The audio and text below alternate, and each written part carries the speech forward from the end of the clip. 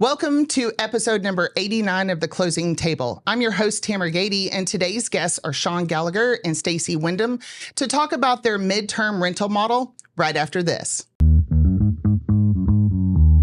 Welcome to The Closing Table with host Tamera, where we break down how to be successful in real estate and what it's really like to work in the real estate business. This is The Closing Table with Lawyer's Title.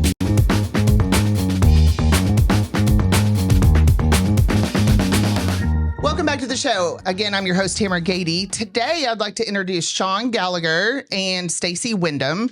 They are, Sean is the head of growth for Texas Corporate Homes, and Stacy Windom is in realtor relations for Texas Corporate Homes. And I wanted them to come into the show today to talk about their midterm rental model. As an investor myself, I have experienced the challenges of trying to find long-term rental homes right now that have an equity, they all have an equity gain, but do they have cash flow associated with them? And I know there's a lot of ways that investors look at this.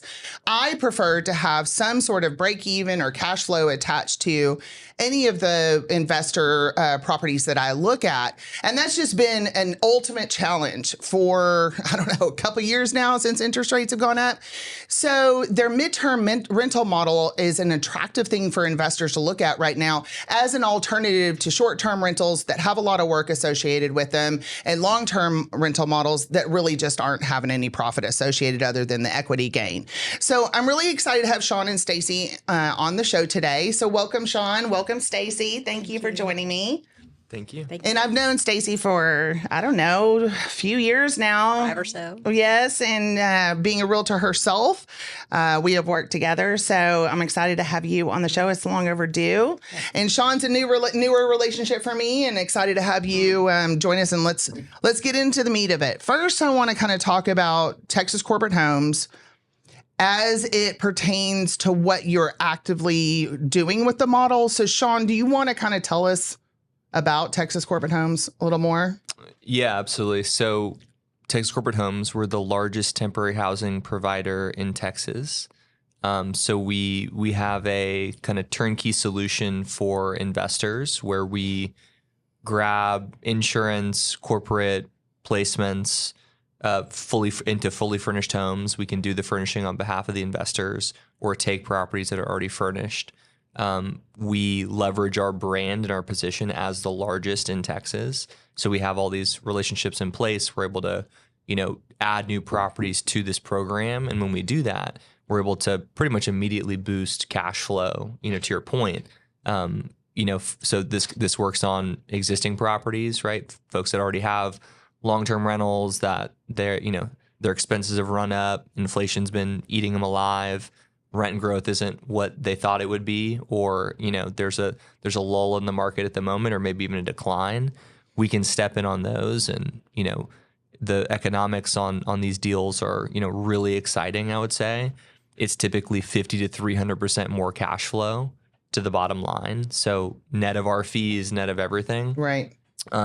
This also works on new properties. So when someone's looking to deploy capital, at a moment like this, when prices are down in various submarkets, there's opportunities around, and someone that has a little bit of a longer term view, looking out over the next couple of years, seeing an opportunity to refinance later, they can actually step in, and we can actually have a property be cash flow break even or slightly positive, even with debt at 7% today. It's so interesting because when I first started talking to you and Stacy about it, I just kind of got a fatigue with my rental properties, right? The taxes went through the roof prior to the cap on investment properties, and it just sucked up my cash flow, And so I got a couple that are just dragging behind, and to hear that there is a way to still invest in the market, have your equity gain plus some potential cash flow, and then you guys put all the things in place like a normal Airbnb model and manage the property. To me, that was a relief, because trying to heavy lift all of those things on my own isn't really practical. So I think this is going to be a really interesting model for a lot of investors that have been kind of sitting on the sidelines lately. So Sean, let's talk about why should an investor consider a midterm rental model as opposed to the other rental strategies right now? I might have cheated and told the answer. No, it's good. I like to have the answers to the tests, ahead of time, Tamera. That's helpful. So yeah, I mean, I would kind of break the answer down in two parts. There's, versus long term, which is the, most common model that we see, as, for a real estate investor, a residential real estate investor, which we define as, unfurnished 12 months plus. And then, also short-term rental. That's the other kind of model. Versus long-term, it's a very, very easy, to kind of answer and to frame up like, why is this model better? It's really, you get more upside with lower downside. And so, the upside is we're charging at a nightly rate. These are leases that are on average 3 to 4 months, or the stays are 3 to 4 months for our guests that stay. They're paid by corporations, insurance companies, so it's a little bit less price sensitive, is what that means too. And the tenant quality is extremely high. So you have less wear and tear on the property. There's not move in, move out of furniture. Right. We do that on the front end when we stage the property and set it up, and that's it.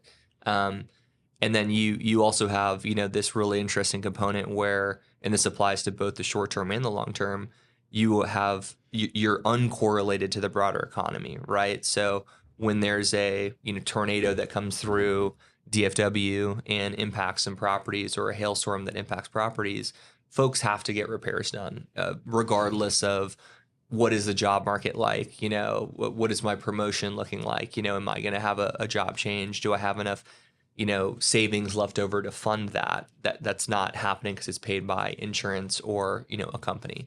So that's really interesting. That's interesting. Yeah. And then and so the other the big thing there is you don't have this big tenant risk of, hey, and we've all heard these horror stories, right, where someone is in a property, you end up having to evict them.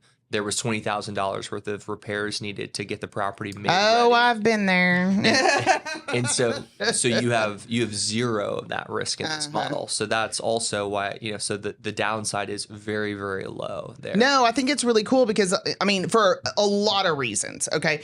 The first thing that you hear about, and part of the reason why Airbnbs are starting to get banned, is because of those giant unexpected neighborhood parties where they posted on social media and 50 to 100 people come, and here come the cops and the neighbors are all mad, and, in a quiet neighborhood and, East Dallas, right? So it's a more mature tenant, and a more, like you said, stable tenant. The thing that's always scared me about Airbnbs, and I don't know if I'm by myself with this, but it's the dependency on consumer reviews. Because, you don't have enough coffee pods for the, Keurig, and are you going to get a 1-star review kind of thing? Right.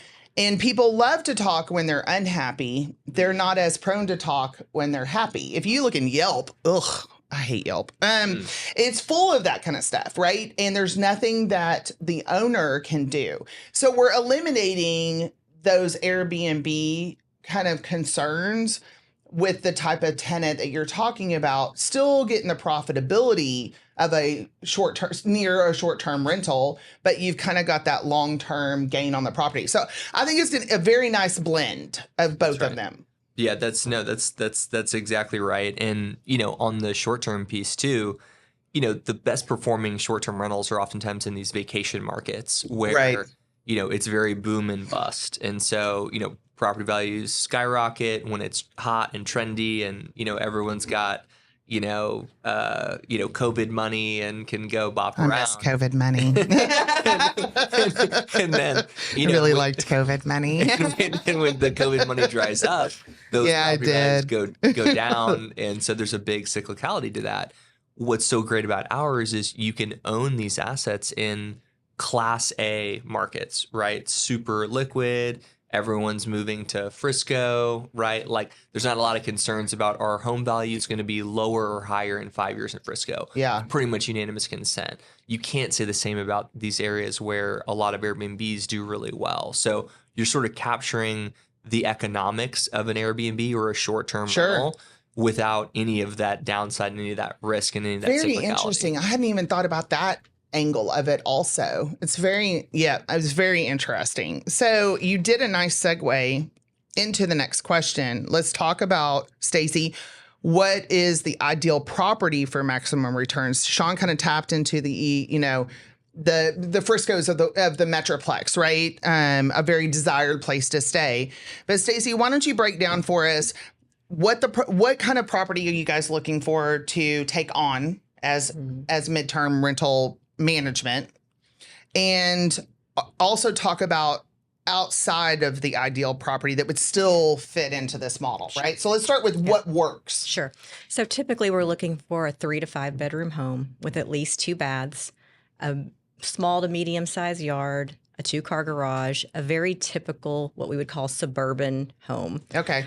The more updated it is, obviously the more attractive it is, but we have a great design staff that can make almost anything look fantastic. So we're really looking I have seen these fantastic pictures online, and you are not kidding. Yeah, so some of the remodels are just lovely. Thank you. We can work with tasteful finishes. Sure. So they don't have to be the latest, greatest, just done last year, right? But the more updates, the better. So we assess a property, and then we'll come back and say, these are the things it would take for this home to be successful. And we can help them budget that. We can help them actually get the work done if they need someone to assist with that. But then on the furnishing side, we handle that turnkey. But as far as the ideal property goes, that bedroom count is great. We're always looking to maximize office space because so many people work from home.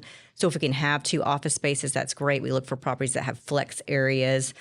We love to turn dining rooms into offices and things of that nature. Yeah, I think that would be really important with some of these people that are relocating for their corporate needs, right? Yes, that 1 and 2 people working from home, lots of homeschooled kids these days. So it's nice to have spaces that are private for work.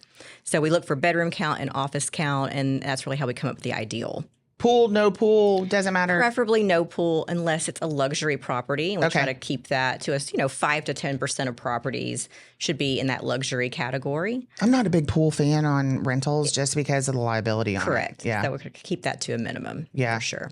Okay. And so when you and I started talking about me potentially getting involved with this, we were talking price points too, and then also parts of town. So let's keep going with the ideal home. Sure. Because I know we've got some more information. So price points, 400 to 700 is going to be sort of the meat of the market for what we're looking for. Okay. It doesn't mean that something a little under or even substantially over can't work. It can, but the typical home is going to be 400 to 700. Okay. And then in that, because I could see that 400 in Frisco might be a challenge these days, Correct. right? So, well, not I can see. It is a challenge in Frisco these That's days. correct. So let's talk about kind of where the sweet spot pockets are for this kind of rental model. Sure. On a location basis, we're all over DFW. There's certain areas where we've either maxed out or come close to maxing out the number of homes that we'll put in that area to protect the investor's investment, right? We don't want to oversaturate. Oh, I want to come back to that question. Okay. Yes, very important to I didn't us. know about that. Okay. So let's come back to that question. That was interesting. But we want to service every area. So all the popular submarkets we have, from Allen, Frisco, McKinney, Murphy, Rowlett, Rockwall, Colleyville, Grapevine, Fort Worth. So we're everywhere and growing. And every one of those submarkets has a limit. So interesting. That makes sense. But okay. So we have internal ways of figuring that out. We have certain areas. Like I said, let's say Little Elm is closed today because we feel like we have maxed out the inventory for that area. There might be some. You said, what about a property that's not ideal? Are there any exceptions ever? Mm-hmm. Well, sometimes yes. So let's just say in Little Elm we've maxed out what we consider a typical standard property. So we don't need another 3-2, 4-2. But what we don't have is that one luxury property that has a pool. Okay, that makes sense. So we always want people to submit their property no matter where it is so that we can make sure that there's not a niche that we can fill with that property. And if we are full in the area, then we'll put it on a waiting list. We can come back to it later when someone either decides to sell their home or the demand increases in the area. But we'll keep a watch on it and usually review that on a quarterly basis and see if we need to up the number of homes for a particular area. But we have plenty of room to grow in DFW. Sure. We're focused on some areas in particular, such as, Fort Worth, South Lake, Murphy, Rowlett. Those are just some to name a few, but it's changing. Rowlett has changed constantly. so much. Yeah, it changes constantly. Okay, so that's really interesting because I like that you've run an analysis on how many potential tenants that you could fit into the amount of homes that you have, so none of them sit vacant, which love that. Okay. And I think you gave us a pretty good idea of what kind of property would fit inside the model. A curious question, how many properties do you have to turn away because it doesn't fit? I would say about 75%. Wow. Okay. Is that That's fair? a big number. Yeah. Yeah, we're screening, right now, probably 15 a week, that come through our application, which we can go through, in a little bit too about how to, inquire if your home would be a good fit for our program, or if you're looking at making a new purchase, hey, would this work? What do you think the economics would be? How much money would I make on it? So we're looking at 15 of those, and we're turning away, probably 12 of those right now. So we're very selective. We're very, serious about protecting our existing property owner base to make sure their numbers continue to be good, which they have been, and into the future too. And so we've got some pretty hardcore analytics set up around. Okay, and because a lot of our business comes from insurance claims as well, right? Tell me, explain. Yeah, so when we talk about, there's corporate placements, there's insurance placements. Okay, yeah, got insurance. I missed that part where they have to temporarily relocate. And so we're monitoring, okay, exactly how many households are in this area? What percentage of those households are going to have an insurance claim this year? What percentage of those are going to need temporary housing to while that work is being done and funded by the insurance company, as well as the housing being funded by the insurance company. So we're monitoring all that, and that's how we're really coming up with, okay, well, how many properties do we really want? So basically, like, what is the size of the opportunity in an area? And we know folks aren't going to drive more than 10, 15 minutes, ideally from where they live. And so it's hyper local. And, that's the way we build up to, okay, we know how many properties we want in an area in this submarket, and, how we monitor saturation and thresholds. I just learned something. I mean, not that I'm surprised about it, but, obviously I haven't talked to you guys about the back end analytics of how what the maximum amount of properties are and how you make sure that they stay occupied as opposed to the owner losing money on vacant properties. And I think it's really interesting. And we're going to dive into that, but not on the episode, just you and I. So I want to kind of pivot to the next question, because we did talk about the ideal property. Look, every time I've looked for an investment property over the last 2 years, I can't make the numbers work. I'm negative cash flow. I mean, the equity gain is there, right? And again, there are investor models in which that's all they look at. I prefer for my properties to be able to pay for themselves. And so it's really hard to make the numbers work once you factor in the insurance costs. Taxes are killing me on some of them. Thank God for the caps. But how are you having challenges right now finding the right property, considering pencils have been down for investors due to inflation, expenses, insurance, all the things, right? Yeah, it's a great question. And we're hearing a lot of that from folks that we're talking to. And it's, interestingly created an opportunity for us, because we're really one of the only ways for an existing property owner to increase their cash flow in place today without making some change and selling. And we all know it's not a great time to be selling the property. So that's not the option anyone wants to go down. So we can come in and see, hey, well, actually, on our numbers, we think we could, get you another $1,000 to $2,500 a month in incremental cash flow. So, that's more than enough offset typically to get them back to break even, or slightly cash flow positive, or materially cash flow positive, depending on really their debt cost. So, we're seeing that today. Folks are, of that 15, a lot of those are existing homes. They're saying, hey, I'm bleeding out in the streets here. Yeah. It's not fun. So we can really be of big help to them. And, for folks that are, eyeing making new investments, right? Which we know a lot of smart investors are doing right now. Is they're thinking, okay, because there is this blood in the street situation. I love that description. Can I get? Yeah, cut that. No, Not even that. Blood in the street. Yeah, I think that accurately describes the fatigue of today. That's right. And I forget who said it, but it's maybe Warren Buffett or someone like that. But it's like when there's blood in the streets, buy real estate. That's Yeah. the old adage. And so I think that there are folks that are doing that today that are smart and thinking about this. And to your point, they're interested in equity appreciation. They're interested in owning property in these amazing submarkets that TCH is in, right? DFW, Austin, Houston. Like there's people coming from all over the country and the world moving to these areas. That's going to continue. And so, you want to lock in a position there, right, before prices get too elevated. So you can do that. And obviously, if I can pay down my principal, continue building equity, cover all my costs, and maybe even make some, that's an ideal situation. I have a very not ideal situation in the colony, but y'all can't help me with that. But I am going to talk to you about one of my other properties offline. But in the meantime, okay, Stacy, talk to us. And this will help me answer that question about this other property. Talk to us about the areas in DFW that you've seen some new opportunity. Like, are there some new emerging segments of DFW that are interesting to you guys? So we're very conservative with where we have, where these homes are located. So Sure. Yes. So as things develop more, for example, going farther north. So now we're looking at north of McKinney, Melissa, Anna, Van Okay. Alstyne will be next.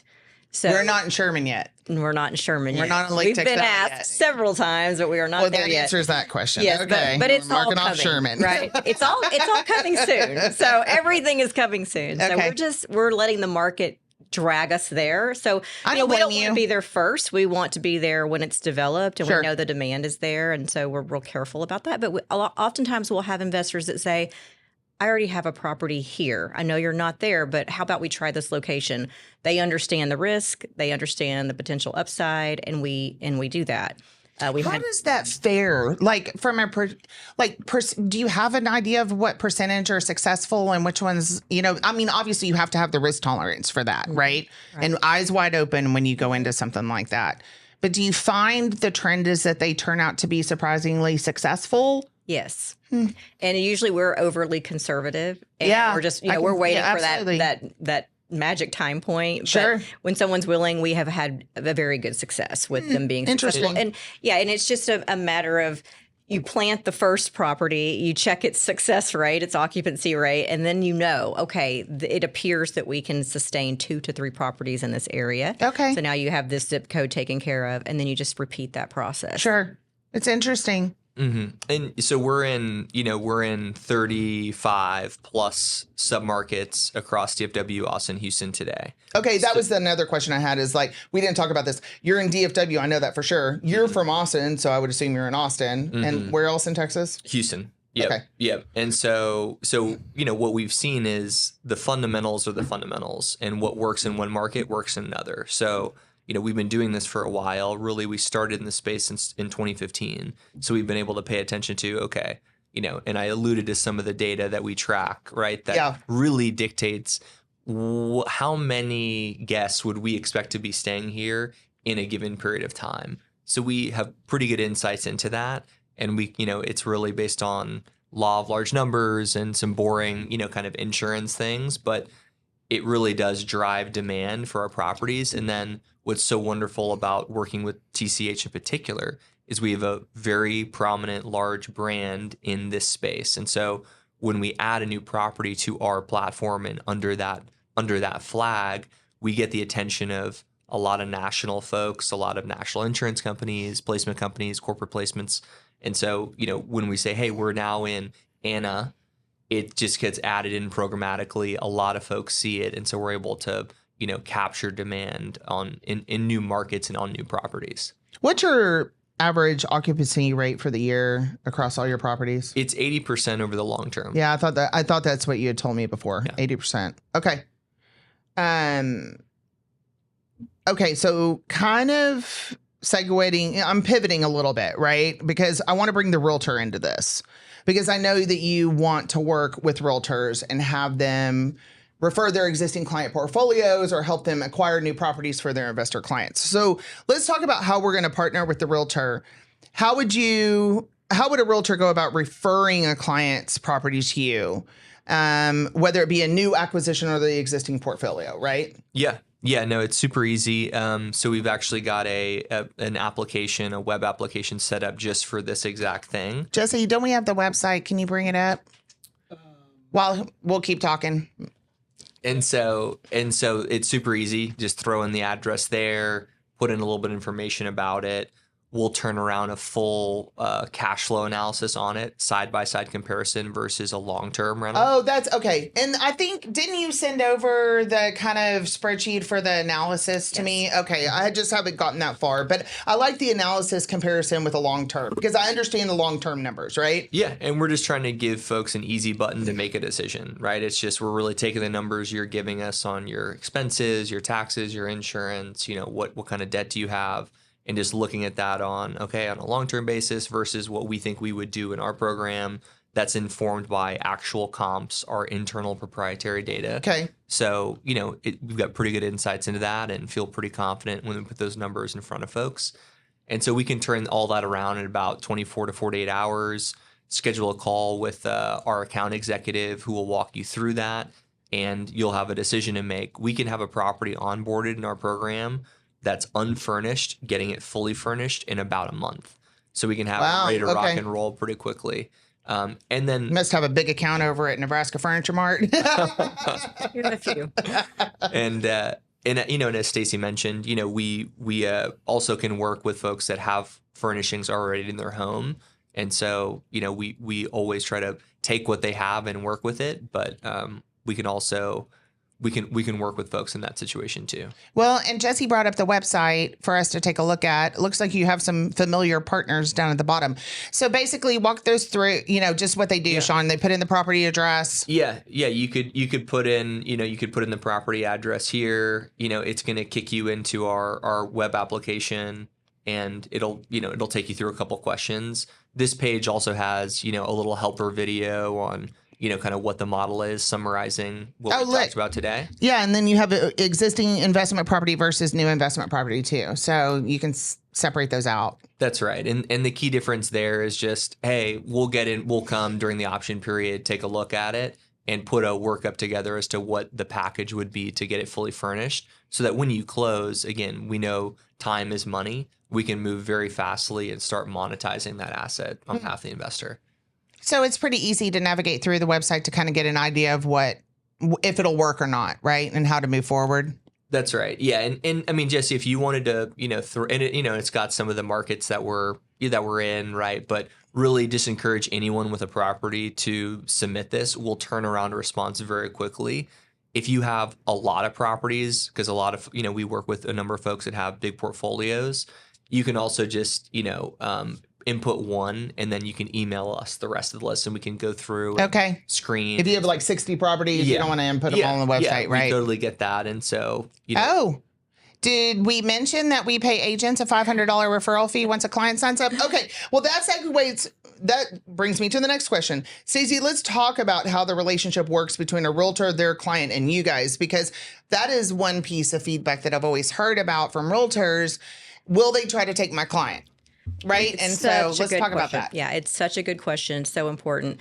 When we started the company, that I knew that realtors would be a very important part of what we do and our growth.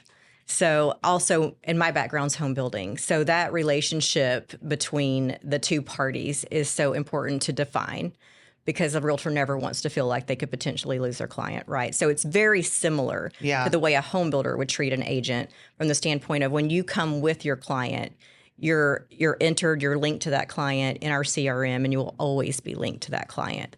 So, for example, not only will you'll receive $500 when they sign a management agreement with us for a year. That $500 is it's on a renewal basis also, so it's annually paid when they renew that agreement. Oh, that's interesting for the realtor. So it's a nice perk.